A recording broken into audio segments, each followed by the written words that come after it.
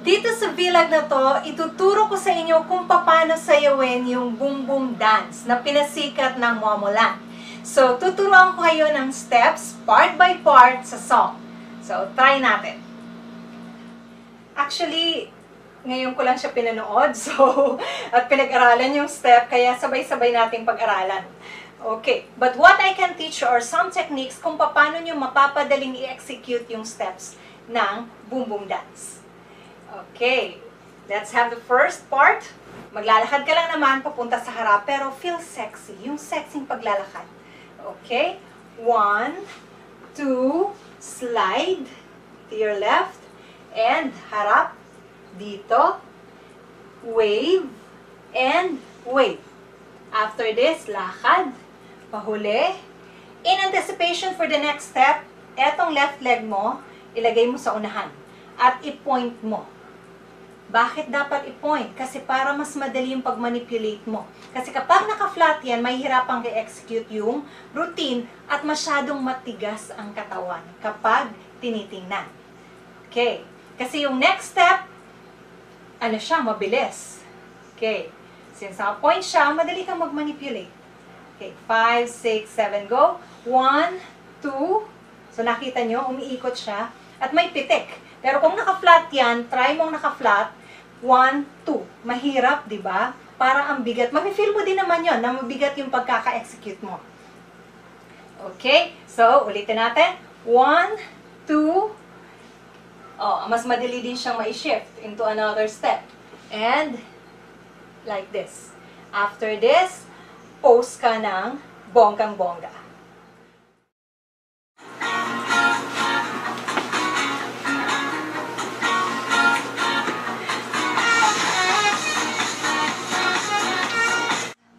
So, from the pose, gaganon ka. 1, 2. Para may balance ka at hindi ka mahirapan, naka-flat itong right leg mo. Yung right foot mo naka-flat sa floor. Ito yung naka-point at gumagalaw. At i-bend mo siya ng konti. Para yung entire weight mo naka-concentrate dito. Hindi ka ma-outbalance yan, I assure you. So, let's do it from the pose. And 1, 2. Tapos ito, ikot, ikot, yakap sa sarili. Lagay dito. And 1, 2. Tak, tak, taas, boom, boom. Okay? Ulitin natin. From the pose, go. 1, 2, ikot, ikot, yakap sa sarili, lagay dito. 1, 2, tak, tak, taas, boom, boom. Now, I call this next part as pajak-pajak. So, 1, 2, again, the technique is dapat nakatiptoe ka. Huwag ipa-flat ang paa. Okay. 1, 2, 3, 4. Tataas mo yung kamay mo na nagta-thumbs up. After this, baba. 4 uling count. Okay? So, let's try this ng medyo mabilis. So, kung makikita mo, kapag nakatiptoe ka, mafe-feel mo yun, magaan yung pagtalon mo. Pero kapag naka-flat ka, ang bigat niyan. Pakita ko sa inyo yung naka-flat. Okay? Naka-flat yung paa. Hindi ko nga magawa parang mahirap. Pero kapag nakatiptoe, tingnan nyo. Mas magaan siya, di ba? So, yun yung mga technique sa pagsasayaw. Okay. So, let's do this, yung pajak-pajak na medyo mabilis ng konti. 5, 6, 7, go. 1, 2, 3, 4, 1, 2, 3, 4, 1, 2, 3, 4.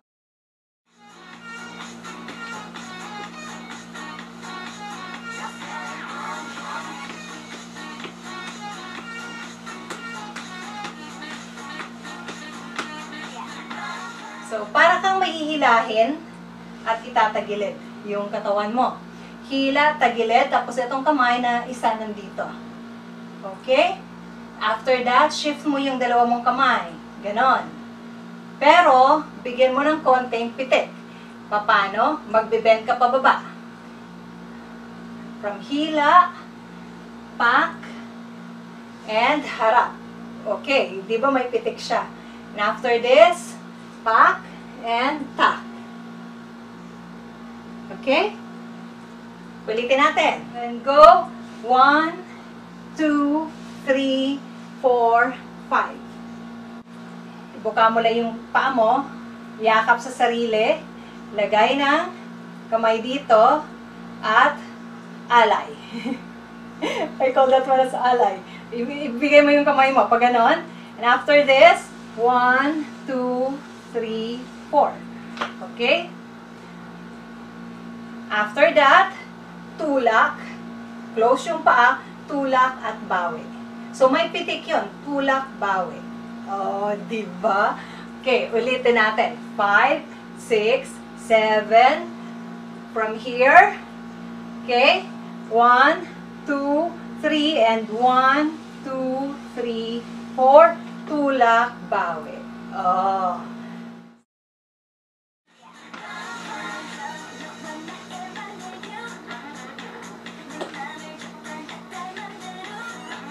Ang sunod, ganito. Okay. Nakaganito yung kamay. Tapos, gumaganon. Okay. So, kung mag-isa ka lang nasasayaw, hindi mo kinakailangan gumalaw na masyado or maglakad ng malayo. You can do it in place or pwede na maglakad ka lang ng konti pero hindi sobra. Okay. Pwede kang gumanon-ganon lang. Okay. That's in place. Gumaganon-ganon lang. Pwede namang gumanon ka. Okay? So, kung saan ka komportable. So, after that, pakaganon-ganon mo, cross. I-cross mo yung arm mo dito sa chest. Harap dito. After this, taas yung leg, left leg. Lagay yung kamay dito sa tuhod at isipa. Pag sipa mo, ilagay mo dito yung kamay mo para sexy. Okay? After this, baba, pivot, and 1, 2. Okay? Ulitin natin. 5, 6, 7, go. 1, 2, 3, 4. 1, 2, 3, pivot. 1, 2, 3, 4. Okay? Next, lakad-lakad ka ulit. And again, in anticipation for the next step, lagay mo na to dito. Okay.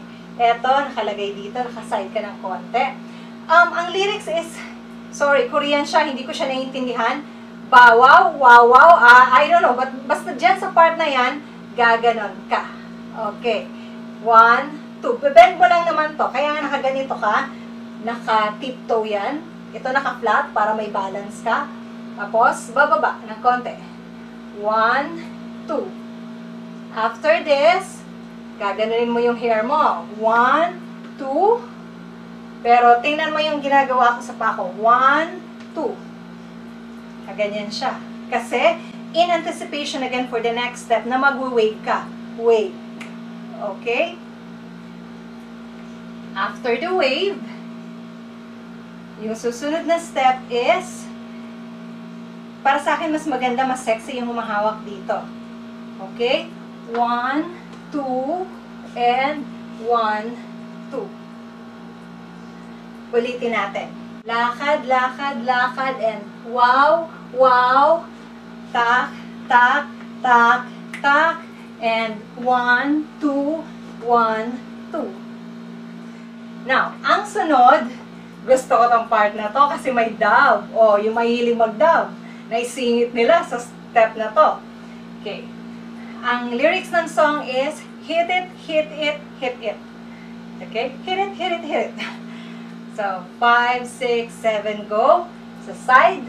So, para ka may babarilin. Sa side, at sa harap. And then you do the dub. After this, kembot. Ganito yung kamay, kembot. And para kang may papaalisin. Bukas yung paa. And close, gumaganon-ganon ka, and baba. Okay?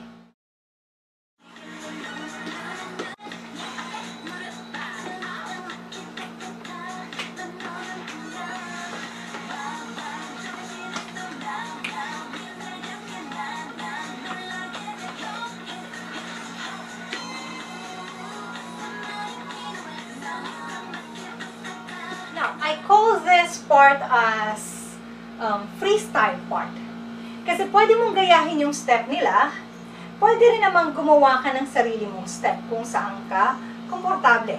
Ako naman, minodify ko siya ng konti. Okay. So, eto yung modification ko. So, di ba gumanon siya? Ganon. Uikot, ganon. At pagkatapos yan, sabay, ganon. So, pack. And after this, tack, 1, 2, and wave. After the wave, taas ng ganon at baba. Okay, after this, ganon. Harap sa side. Tapos, may word doon na korewa or something. Mag-shift ka into another step para magpapakit lang naman. Ganon lang. Okay, yung isa, nakita ko parang ganito yung ginawa niya. So, bahala ka kung anong gusto mo. Okay. 5, 6, 7, 8. 1, 2, 3, 4, 5, 6, 7, 8.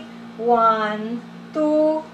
After that, wave, and tuck, and baba, taas, side, and korewa. After this, baba, and ganon. Okay?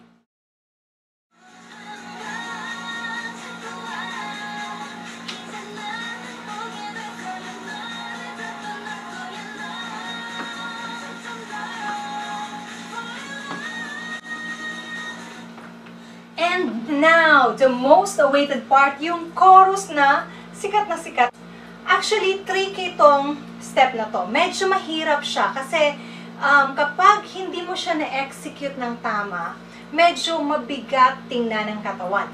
Or para kang tuod na gumaganon-ganon lang.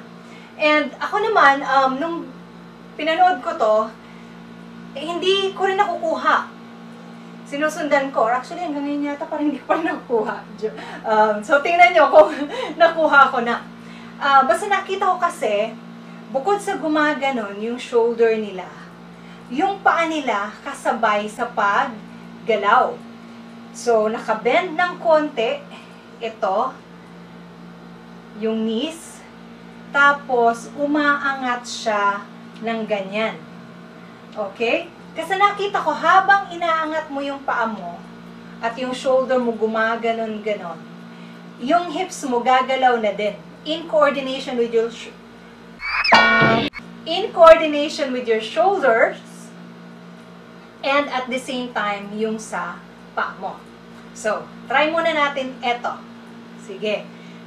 Kasi actually, nagpa-practice din ako kung paano ko siya makukuha ng tamang execution. So, igaganon-ganon lang naman yung shoulder, taas, baba, taas, baba, taas, baba. May nakita akong ibang mga videos, ginaganon nila, parang iniikot. So, pwede rin naman yon. Okay? Ikot, ikot, ikot, ikot, ikot. Pwede. And, para sa akin, kung medyo nahihirapan kang iikot siya, pwede mo naman itaas, baba lang ng ganon. Pero sa akin, mas okay yung ikot-ikot. Okay. After this, yung paa naman, wala munang shoulders. 1, 2, 3, 4. Okay? Ulitin natin. Yung paa. 1, 2, 3, 4, 5, 6, 7, 8. So, umaangat siya. Nakabend ng konti. So, sabayan natin ang shoulders at saka itong pag-angat ng paa. 5, 6, 7, go. 1, 2, 3, 4, 5, 6, 7, 8. Okay. Sana nakuha ko din yun. Mahirap kasi talaga tong chorus. Okay. So, lagyan natin ng ganyan. Pakita yung napakagandang manicure mo. Ayan. So, 5, 6, 7, go. 1, 2, 3, 4, 5, 6, 7, 8. Okay. Bago dyan, sa part na yan, merong lyrics na give it to me, tapos tan, tan, ganon. So, ako ang ginagawa ko, heart siya, ganyan. Give it to me. So, give it to me and manicured. Na pakita mo yung manicure mong daliri. And after that, you wait. 1, 2, 3, 4, 5, 6. Sakit ngipin. And 1, 2, 3, 4. Okay? And after that, lakad, lakad, lakad. Ulit. Ng ganyan. 1, 2, 3, 4, 5, 6, 7, 8. Hindi ko alam kung ilang count yan. Hindi kasi ako sanay mag-count kapag ako sumasayaw. Pinakikinggan ko yung music. So, sa music ako nagre-rely ng routines at pag-shift ng steps. Okay? After this, basta may word doon na love. So, love, tataas mo siya ng ganito. Di ba yung usong-uso sa mga Korean na parang heart shape yung kamay? Ganito. Okay? So, ganito lang naman. Para may hugutin ka dyan at itataas siya ng ganun. So, try natin. Sana makuha ko rin.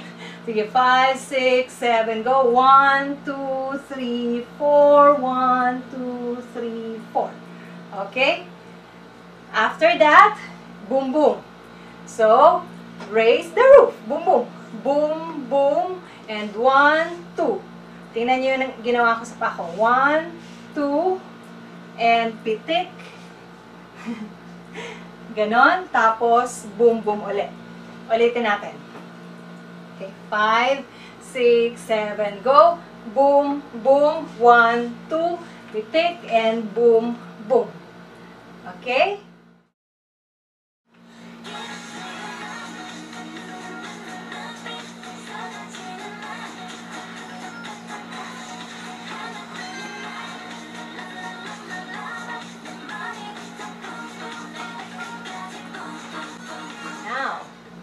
Sunod na step. Okay. Uulit yung pajak-pajak. Ayun. Okay. Sa totoo lang, ayoko ng step na to. Napapagod ako magtalon-talon eh. Okay. Sige. So, after nung last na boom-boom, parang gumanon sila. Diba? And, yun. Pajak-pajak. 1, 2, 3, 4. Tataas siya. And 1, 2, 3, 4. And boom-boom. So, bahala ka kung paano mo gagawin yan. Pwede nakaganyan, 1, 2. Pwede rin nakaganyan. Pwede rin ganon. So, it's up to you kung ano yung komportable sa'yo. After that, uulitin yung pajak-pajak ulit. 1, 2, 3, 4. Tataas. 1, 2, 3, 4. And boom, boom.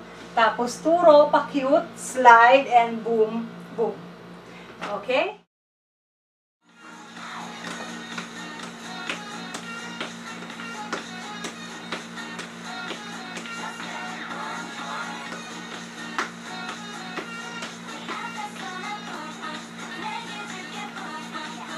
So, hiningal ako doon. That's it. Ipa-perfect ko pa yung dance. Kasi, sabi ko nga, ngayon ko lang siya pinanood at ngayon ko lang pinag-aralan yung dance step. So, pinag-aaralan ko pa yung timing. So, in my next vlog, panoorin niyo yung perfect dance steps. Kasi ngayon, hinihingal na ako talaga. Whew. I wish I'm in my 20s. Oh. Whew. So, promise, perfect siya sa next vlog ko. So, please do hit like if you like this video at kung meron kayong natutunan ng mga tips sa pagsayaw. And please do subscribe to my channel for more vlogs. This is Tess signing off. Bye-bye!